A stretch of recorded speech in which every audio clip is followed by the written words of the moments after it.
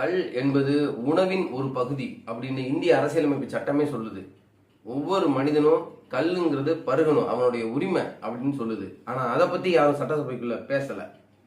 அமைச்சர் பொன்முடி அவர்கள் பனங்கல்லு தென்னங்கல்லு என்னன்னு எனக்கு தெரியும், நான் கிராமத்திலிருந்து வந்தவன், பனைமரத்துல இருந்து அப்படியே கல்லை இறக்கி அப்படியே அதை கலக்கிறத கலந்தா போதையாயிரும் அப்படின்னு சொல்றாரு.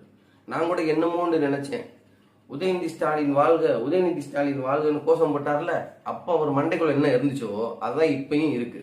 உடனே அத சபாநாயகர் இருக்கார்ல, அப்போ அவர் குறுக்கிட்டு, ஏய் இருப்பா, அப்படி இல்லப்பா, பனைமரத்துல இருந்து இறக்குறது பதனி, அதை 2 நாள் வச்சிருந்தா போதை பொருளாயிரும், கல்லாயிரும், இவ்வளவுதான்ப்பா அப்படின்னு. ஆமா ஆமா ஆமா எனக்கு தெரியும், அதெல்லாம் எனக்கு தெரியும்.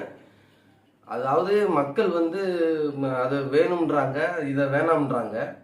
ஆனால் இது வேணும்னு நம்ம நினைக்கிறோம், அது வேணாம்னு நம்ம நினைக்கிறோம். அதை மக்கள் வேணும்ன்றாங்க, இதை வேணுன்றாங்க. இதுக்கு என்ன எப்படியே அதுண்டா கல், இதுண்டா மது.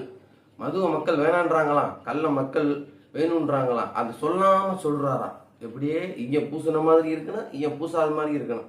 அது யார்கிட்ட சொல்கிறாரா? மாண்புமிகு முதலமைச்சர்கிட்ட சொல்கிறாரா. உடனே அதை குறுக்கிடுறாரு ஒரு அமைச்சர் சண்முகம் அப்படின்ட்டு. அவர் சொல்றாரு, ஐயோ ஐயோ, பனையேரிகள், எங்கள் பனை தொழிலாளிகள் ரொம்ப கஷ்டப்படுறாங்க, கல் இறக்குறதுக்கு தனியாக வழக்கு போடுங்க, கள்ளச்சாராயம் இறக்குறதுக்கு தனியாக வழக்கு போடுங்க. அதை விட்டுட்டு கள்ளச்சாராய வழக்கு கல் இறக்குறவங்க மேலே போடுறீங்க, அவங்க ரொம்ப கஷ்டப்படுறாங்க.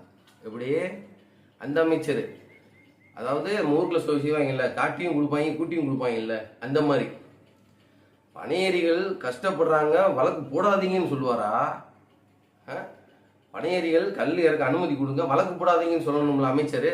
அதை விட்டுட்டு கள்ளச்சாராயம் காய்ச்சின வழக்கா கல் இறக்கணுக்கு போடாதீங்க, அவங்க கஷ்டப்படுறாங்கன்னு சொல்றாரு.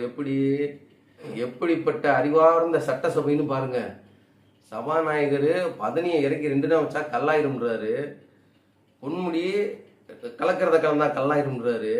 இந்த சண்முகன்ற அமைச்சர் கல் இறக்குனதுக்கு அனுமதி கொடுங்க கேட்காம கல் இறக்குனவங்க மேல கள்ளச்சாராய வழக்கு போடாதீங்கன்றாரு. எப்படிப்பட்ட ஒரு அறிவார்ந்த அமைச்சரவைன்னு பாருங்க. என் மக்கள் தான் இதுல சிந்திக்கணும். சட்டசபையில கல்லு பதனி இறக்க அனுமதி தரேனும் பேசல, வழக்கு போட மாட்டேனும் பேசல. ஆக மொத்தத்துல சட்டசபையில பேசின பேச்சு வெட்டி பேச்சு. பதனி இனிக்குதே, சக்கரை போட்டீங்களான்னு கேட்ட முதலமைச்சர்கிட்ட போய் கல் இறக்க அனுமதி கேட்டா கிடைக்குமா? வழக்கு போடாதீங்கன்னா வழக்கு போடாம இருப்பாங்களா? ஒருபோதும் நடக்காது.